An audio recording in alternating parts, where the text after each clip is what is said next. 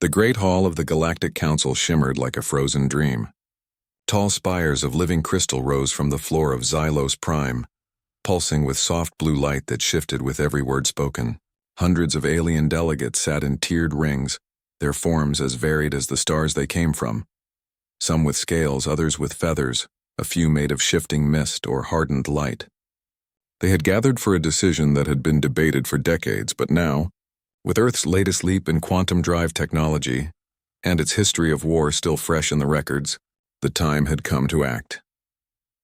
At the center of the chamber, the Speaker of the Council, a tall, slender being from the Ketheri conquered, rose slowly. Its voice, translated through the universal field that filled the room, was calm but firm. After thorough review of all data, historical logs, and predictive models, the Council finds the species known as Homo sapiens to be unstable, unpredictable, and dangerously fast in its technological evolution. Despite moments of great art and compassion, its record shows repeated cycles of conflict, environmental harm, and disregard for cosmic law. A murmur rippled through the chamber. Some delegates nodded. Others shifted uneasily. The Varelians, known for their deep empathy, kept their many eyes lowered.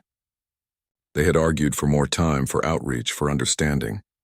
But the Zorath Imperium, armored in black alloy and seated in the highest tier, remained still and silent, watching, waiting. The Ancient Accord, Article 7, permits the isolation of a species deemed a threat to galactic harmony, the speaker continued. Therefore, by unanimous vote, Earth and its entire solar system shall be placed under permanent quarantine. A containment shield will be deployed within one standard cycle. No vessel may enter or leave. No signal may pass through. Earth will be exiled. The words hung in the air like cold smoke. On a small viewing screen tucked into the human observation booth, empty now since Earth had no official seat, the message was being recorded. Back on Earth, in a secure bunker beneath Geneva, the transmission played on a loop in the United Earth Defense Command Center. The room was quiet, save for the hum of servers and the occasional beep of a console. General Daniel Carter stood with his arms crossed, his jaw tight. He was a man in his late 50s with short gray hair and eyes that had seen too many drills that turned real. Beside him, Dr. Lisa Monroe tapped rapidly on a holographic display, her fingers flying over star charts and energy projections. She was younger, in her 30s, with sharp eyes and a mind that moved faster than most AI systems. "They're not just cutting us off," Lisa said quietly. "They're locking us in, like we're animals in a cage." Daniel didn't answer right away. He watched the replay of the speaker's final words. There was no anger in the alien's voice, just cold certainty. That was worse. Anger could be reasoned with. Certainty could not. "How long until the shield activates?" he finally asked. 342 days, Lisa replied. "Give or take. The emitters are already being moved into position near the Oort cloud. Once they sink, the field will snap shut faster than light can cross it." Daniel turned to the large window behind him. Outside, the Swiss Alps were dusted with snow, peaceful and unchanged. But he knew that peace was an illusion now. Earth had spent the last century arguing over borders, resources, and ideologies. Now an outside force had declared them all the same: dangerous, unworthy, unfit. He walked to the comms panel and pressed a button. "Give me President Brooks, secure line, priority alpha." Minutes later, the face of Alan Brooks appeared on the screen. He was in his office in Washington, but he looked like he hadn't slept in days. His tie was loose, his sleeves rolled up. "I saw the broadcast," he said before Daniel could speak. "Every news channel on the planet is screaming. Some say we should beg. Others say we should build a bomb big enough to crack their shield." "We don't have time for either," Daniel said. "Begging won't work. They've already made up their minds. And a bomb, even if we could build one, it wouldn't change how they see us." Lisa stepped into view. "Sir, there's another way. We've been working on Project Exodus in secret for years, just in case. It wasn't meant for war. It was meant for survival, but now, maybe it can be both." Brooks leaned forward. "Explain." "It's not about running away," Lisa said. "It's about showing them we're not what they think. We don't need their permission to exist. But if we act fast, we can prove we belong out there, not by fighting, but by being ready." Daniel nodded. "They think we're chaotic, unpredictable. Fine. Let's be unpredictable in a way they never expected. Not with rage, but with speed, with unity, with something they can't ignore. Brooks was silent for a long moment. Then he stood up straight, his eyes hardening with resolve. Activate Exodus. Full clearance. All nations. All resources. Tell every scientist, engineer, pilot, and factory worker, Earth has 1 year to decide its own fate. And we're not waiting for them to lock the door. The order went out within the hour. Across continents, hidden facilities powered up. Shipyards in orbit around Luna lit up like new stars. In labs from Tokyo to Buenos Aires, teams that had been working on theoretical drives now had real deadlines. In schools, teachers quietly began lessons on astrogation and zero-gravity medicine. In homes, families packed not for vacation, but for something far bigger. No one panicked. Not yet. There was fear, yes, but also a strange kind of calm. For the first time in human history, every nation, every culture, every person looked up at the same sky and saw the same threat, and the same chance.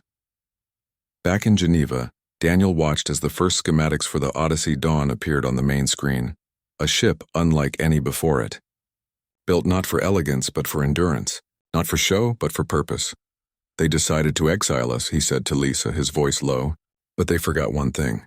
What's that? She asked. Humans don't wait for doors to open. We build our own.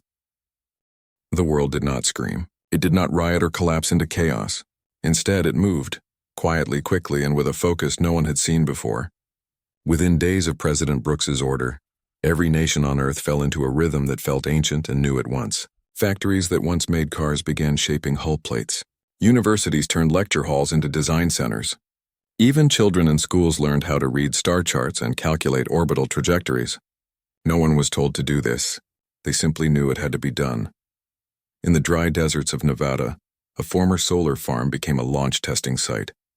Engineers in worn boots and grease-stained shirts worked through the night, welding together modules for deep space habitats. In Mumbai, textile mills spun radiation-resistant fabric for spacesuits. In Oslo, retired pilots returned to flight simulators, retraining for ships that didn't even exist a month ago. There were no grand speeches, no parades, just work. Steady, relentless work. At the heart of it all was Project Exodus, not a plan to flee Earth, but to reach out before the door closed. The goal was simple: build a fleet not to fight, but to stand ready, to show the galaxy that humanity would not be erased without a voice, and if the Council wanted to lock them away, they would find the lock already broken. Captain Elena Ruiz stood on the observation deck of Lunar Dock 7, watching as the Odyssey Dawn took shape in the vacuum above the moon. She was in her early 40s. With dark hair pulled back and eyes that missed nothing, she had flown rescue missions during the Mars dust collapse and led the first civilian convoy through the asteroid belt. Now she had been chosen to command Earth's first true interstellar vessel. She didn't feel honored. She felt the weight of it. Below her, teams in magnetic boots crawled over the ship's frame like ants on a leaf. The Odyssey Dawn was not sleek like the Council's ships. It was boxy, layered, built with overlapping armor and redundant systems. Every part could be replaced in flight. Every corridor had emergency seals. It looked less like a warship and more like a floating town, because that's what it had to be. Dr. Neil Foster arrived beside her, holding a datapad. He was a quiet man, thin and pale from years spent indoors, but his mind was sharp as a laser. He had designed the ship's core drive, the Phase Whisper engine, a system that bent space not with brute force but with subtle pulses, making the ship nearly invisible to long-range sensors. They finished the final test on the stealth field, he said. It works. We can slip past most detection grids if we stay slow and steady. Elena nodded. Good, we're not going to win a race. We're going to win by not being seen until it's too late. She turned to him. How many ships do we have? 16 ready for deep space. Another 30 in final assembly. Most are freighters retrofitted with weapons and shields. Not pretty, but they'll hold. That's enough, she said. Back on Earth in a small town in Ohio, Marcus Bell wiped sweat from his brow as he adjusted the wiring on a prototype drone. He was only 28, but he'd been building robots since he was 10. Now his workshop was part of the global tech pool, a network of independent inventors contributing to Exodus. His latest design could latch onto alien tech and mimic its signals. It wasn't a weapon. It was a key. His sister Maya brought him coffee. You've been up for 30 hours, she said. I know, he replied, not looking up. But if we can hack one of their relay nodes, we can talk to the whole galaxy before they shut us out. She smiled faintly. You always did talk too much. He finally looked at her. This time I hope someone's listening. Meanwhile, in Geneva, General Daniel Carter reviewed troop assignments. Not soldiers, volunteers. Pilots, medics, engineers, linguists. People who signed up not because they were ordered to, but because they believed in what Earth was doing. Over 50 million applications had poured in within a week. They had to turn most away, not for lack of courage, but for lack of training time. Lisa Monroe stood beside him, pointing to a star map. The shield emitters are moving faster than we thought. The Zorath are leading the deployment. They don't trust the Council to do it right. Then we don't wait for the shield to finish, Daniel said. We act before it's whole. How? Lisa asked. We send a message. Not with guns. With truth, she understood. Humanity had spent centuries broadcasting signals into space. Music, greetings, math equations. But never its full story. Never the messy, beautiful, painful truth of who they were. Now they would send it all. Every war, every poem, every act of kindness and cruelty. Let the galaxy see them as they really were, not as the Council painted them. Preparations continued in silence. In orbit, the Odyssey Dawn received its final module, a communications array the size of a football field, built to punch through any barrier. On Earth, schools recorded children reading stories in every language. Hospitals sent medical logs showing how they saved lives during plagues. Artists uploaded paintings. Dancers filmed performances in zero-G simulators, and elders shared oral histories passed down for generations. Elena Ruiz walked the corridors of her ship for the first time as captain. The walls hummed with power. The air smelled of ozone and new metal. Her crew, 200 men and women from every corner of Earth, stood at attention in the main bay. They were tired. They were scared. But their eyes were clear. We're not going out there to beg, she told them. We're not going to threaten. We're going to show them that humanity doesn't need their approval to be worthy. We've earned our place by surviving, by creating, by trying, even when we failed. A young engineer from Nairobi raised his hand. What if they still say no? Elena looked at him. Then we'll keep showing them until they see us for who we really are. Down on Earth, night fell. In cities and villages, people looked up at the stars, not with fear, but with purpose. They knew the clock was ticking. They knew the shield would come. But they also knew something the Council had forgotten. Humans had never waited for permission to reach for the sky, and this time, they wouldn't wait to be heard. The silence from Earth surprised everyone. After the Council's verdict, most alien species expected protests, threats, or desperate pleas. Instead, Earth went quiet. No angry broadcasts, no military posturing, just stillness. The Zorath Imperium took it as weakness. The Ketheri saw it as resignation. Only the Varelians felt uneasy, as if the calm before a storm had settled over the blue-green world. But Earth was not silent. It was preparing. Deep in the asteroid belt, hidden behind a cloud of mining debris, the Odyssey Dawn powered up its stealth field for the first time. Captain Elena Ruiz sat in the command chair, her hands resting lightly on the controls. Around her, her crew moved with quiet efficiency.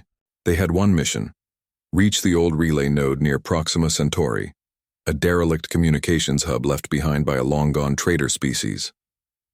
If they could reactivate it, they could broadcast directly into the galactic network, bypassing the Council's filters.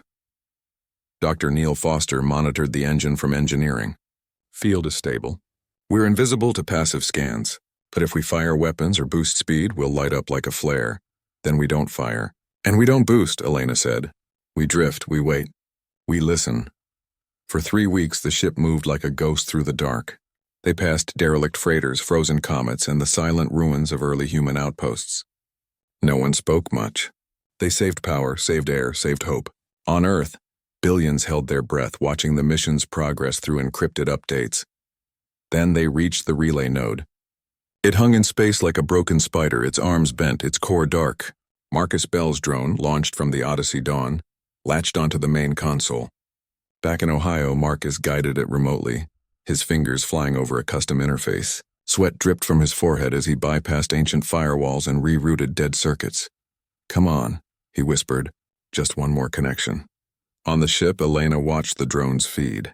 Sparks flew inside the node. Lights flickered. Then with a low hum, the relay powered on. Got it, Marcus said, his voice cracking with relief.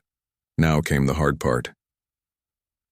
Back on Earth, President Brooks stood in a small studio in Washington. No flags, no podium, just him, a camera, and a simple message. He spoke not as a leader but as a human. "We are not perfect," he began. "We have hurt each other. We have hurt our world.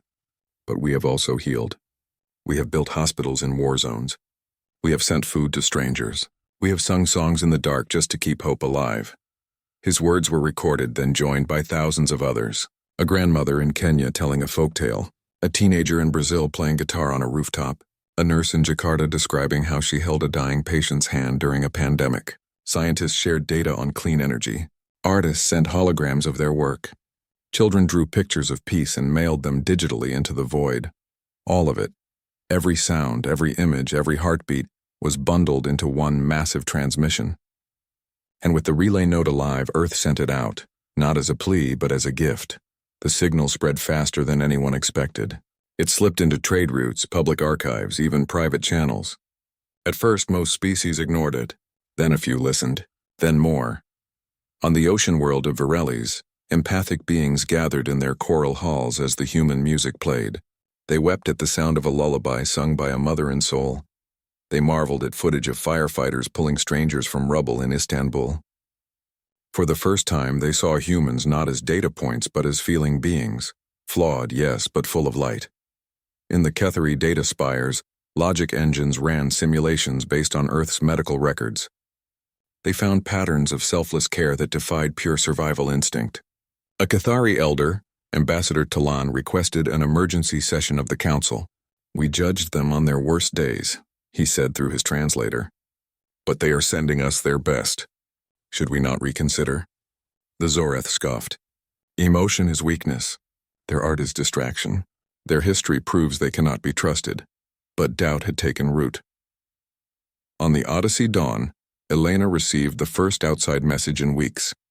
It was short, sent from a Virelian scout ship. "We hear you." She smiled for the first time in months. Back on Earth, people began to notice something strange. Alien ships, small, unmarked, started appearing at the edge of the solar system. Not Zorath warships, civilian vessels. Curious, watching. Some even sent simple greetings in broken English.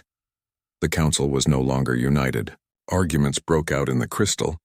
Halls of Xylos Prime, the smaller species, the ones who had once been judged themselves, spoke up for Earth. "Who are we to exile a world that reaches out with open hands?" asked a delegate from the moss-covered world of Glythe. The Zorath demanded the relay node be destroyed. The Kethari blocked the motion. For the first time in over 1,000 years, the council failed to reach consensus. Meanwhile, Earth kept sending. Not just once, but daily. New stories. New songs. New acts of courage. A video showed volunteers in Bangladesh building floating schools after floods. Another showed engineers in Canada sharing fusion blueprints with neighbors. The message was clear. Humanity was not waiting to be saved. They were showing they could be trusted. President Brooks gave another address. "We do not ask for a seat at your table. We ask only that you see us as we are, not as you fear we might become." The word spread. Even among the Zorath, some soldiers hesitated. One young pilot stationed near the Oort cloud secretly played a human jazz recording in his cockpit. He didn't understand the notes, but they made him feel less alone. Elena Ruiz looked out at the stars from her ship. The relay node glowed softly behind them. They had done what they set out to do. They had spoken. Now the galaxy would decide if it wanted to listen. But Earth had already won something bigger. They had refused to be defined by exile. They had chosen to be known, not by their weapons, but by their words, their art, their kindness. And in the quiet hum of 1,000 alien worlds, those words were finally being heard. The Zorath Imperium did not believe in words. They believed in force. While the rest of the council debated Earth's message, the Zorath moved. Their war fleet, black and jagged like shards of obsidian, slipped past the outer rim of the solar system. They had no orders from the full council, only from their own high command. To them, Earth's broadcast was not a plea for understanding. It was a trick, a delay, and delays gave dangerous species time to grow stronger. Their target was simple: cut off Earth's lifeline. The supply convoys shuttling between Mars, the asteroid belt, and the outer shipyards carried everything: food, oxygen, reactor parts, even crews for new vessels. If those convoys fell, Project Exodus would stall. And a stalled humanity was a contained humanity. The first attack came near Helios Drift, a swirling nebula rich in magnetic storms and drifting rock. Perfect cover for an ambush. 3 human freighters, the Pioneer, the Harmony, and the Vanguard, were making their weekly run when the Zorath struck. Their ships dropped out of warp without warning, weapons already firing. Plasma bolts tore through the Vanguard's hull before its shields could rise. The ship broke apart in silence, its crew lost before they could send a distress call. But the humans were not unprepared. Captain Elena Ruiz and the Odyssey Dawn were already nearby, running silent drills in the nebula's edge. When the distress signal from the Pioneer cut out mid-transmission, Elena knew. "Battle stations," she said, her voice calm. "No heroics. No chasing. We protect the convoy." Her crew moved fast, pilots strapped in. Engineers locked down non-essential systems. Medics prepped the infirmary. The Odyssey Dawn turned toward the fight, its stealth field still active, its engines throttled low. They would not charge in. They would use the nebula. The Zorath expected a direct assault. They did not expect humans to vanish into the storm. Inside the swirling gases of Helios Drift, visibility dropped to near zero. Sensors flickered. Communications scrambled. The Zorath ships built for open space dominance struggled to track their targets. Meanwhile, the Odyssey Dawn used its phase whisper engine to drift between magnetic currents, appearing and disappearing like a shadow. Elena ordered her gunners to fire only when they had a clean shot. One Zorath frigate exploded when a human railgun round pierced its reactor vent. Another lost its navigation array to an electromagnetic pulse launched from a hidden drone, Marcus Bell's latest design, now deployed in real combat. On the bridge, Neil Foster monitored the Zorath command ship, the largest vessel, hovering just outside the nebula like a predator waiting to pounce. "They're not coming in," he said. "They think it's a trap." "Good," Elena replied. "Let them think." She had another plan. Deep in the belly of the Odyssey Dawn, Marcus Bell, now aboard as a field tech, worked with engineer Rosa Kim to reprogram a captured Zorath scout drone. It had been disabled during an earlier skirmish and dragged aboard for study. Now it would become a weapon of a different kind. "We can't blow up their command ship with missiles," Marcus said, wires spilling from his hands. "But if we send this drone in looking like one of theirs and overload its core right next to their main reactor..." Rosa nodded. "It'll cause a feedback loop. Not a full explosion, but enough to fry their systems." "Exactly," Marcus said. "They'll be blind for minutes. That's all we need." The drone launched silently, mimicking Zorath signal patterns. It drifted toward the command ship, ignored by its own kind. When it reached the reactor housing, Marcus triggered the overload. A flash of blue light erupted from the Zorath vessel. Its lights flickered. Engines died. For 3 critical minutes, the mighty warship was helpless. "Now," Elena said. The Odyssey Dawn surged forward, flanked by 2 surviving freighters that had hidden behind asteroids. They fired everything: railguns, plasma turrets, even old-fashioned kinetic slugs. The Zorath fleet, confused and leaderless, scattered. 2 more ships were crippled. The rest retreated into warp, leaving debris and silence behind. The humans had won, but it cost them. The Harmony was badly damaged. 12 crew members were dead. The Vanguard was gone. Back on Earth, the news spread fast, not as a victory but as proof. Proof that humanity would not go quietly. Proof that they could fight, but only when forced. President Brooks addressed the world that night. "We did not seek this battle, but we will not let fear decide our future." The Battle of Helios Drift changed everything. News of the fight reached every corner of known space. Smaller species, long cowed by the Zorath's power, saw something new. A young, untested species had stood its ground and held the line. On Varellis, the Empathic Council sent a formal message of support to Earth. On Glythe, Moss scribes recorded the battle as a turning point in cosmic history. Even among the Ketheri, logic engines recalculated the risk profile of humanity, not as a threat, but as a potential ally. The Zorath, humiliated, demanded the Council authorize full military action. But this time the motion failed. Too many voices spoke against it. "You attacked without cause," Ambassador Tolan declared in the Council chamber. And you lost to a species you called primitive. Perhaps it is we who have been blind. Elena Ruiz stood on her ship's deck watching the wreckage of the Vanguard float in the distance. She felt no joy, only resolve. They had bought time, but the real fight was not over. Down on Earth, people gathered in streets and homes not to celebrate but to remember. They lit candles for the lost.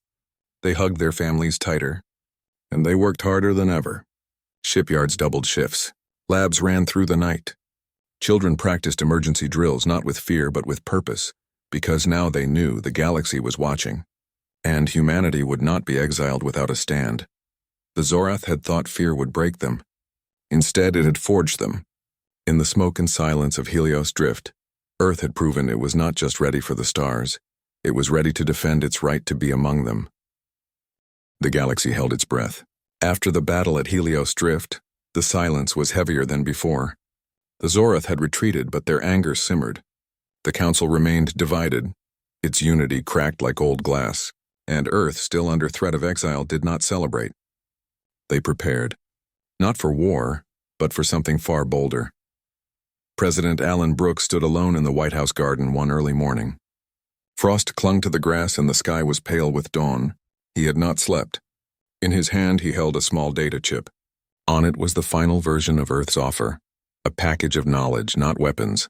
Clean fusion schematics that could power a city for a century with no waste. Medical archives that cured diseases thought incurable. Climate models that reversed desertification. All of it open to anyone who asked. No strings. No demands. He knew it was a risk. Giving away their best ideas could make enemies stronger. But he also knew something deeper. Trust had to start somewhere. And if humanity wanted to belong among the stars, they could not hoard their light. They had to share it. That afternoon the message went out. Not through secret relays or hidden channels. This time Earth broadcast openly, on every frequency they could reach. The transmission began with Brooks's voice, calm and clear. "We do not want your approval. We want your partnership." Then came the files. Terabytes of human knowledge, organized, labeled, and translated into the basic linguistic codes used across the galaxy. Any World Council member or not could download it. Use it, build with it, heal with it. At first, nothing happened. Then a small mining colony on the edge of Cathari space sent a thank you message. Their reactor had been failing. Earth's fusion design fixed it in days. Next, a farming world in the Glythe system reported that Earth's soil restoration method had brought dead fields back to life. Within a week, over 200 worlds had accessed the data. Some sent gifts in return. Rare minerals, alien seeds, star maps of safe routes. The Council could not ignore it. Even the Zorath paused. Their scientists, bound by pride, secretly ran tests on Earth's medical data. When it cured a rare lung blight in their outer colonies, their high command said nothing, but they did not delete the files. Ambassador Tolan of the Kethari stood before the full council once more. "We judged humanity by its past," he said, "but they are offering us their future. Is it not wiser to walk beside them than to lock them away?" This time the vote was not unanimous, but it was enough. The motion to suspend the exile passed by a narrow margin. The shield emitters near the Oort cloud powered down. The quarantine was halted. Earth was free. But the real change came from beyond the Council. Dozens of smaller species, those who had never had a voice in galactic affairs, reached out directly to Earth. They formed a new alliance, unofficial at first, called the Free Accord. No rules, no hierarchy, just cooperation. Earth sent engineers to help rebuild a quake-shattered moon. In return, the Varelians shared bioluminescent crops that grew in darkness. Trade began, not of weapons or secrets, but of ideas and kindness. Captain Elena Ruiz stood on the observation deck of the Odyssey Dawn, now docked in lunar orbit.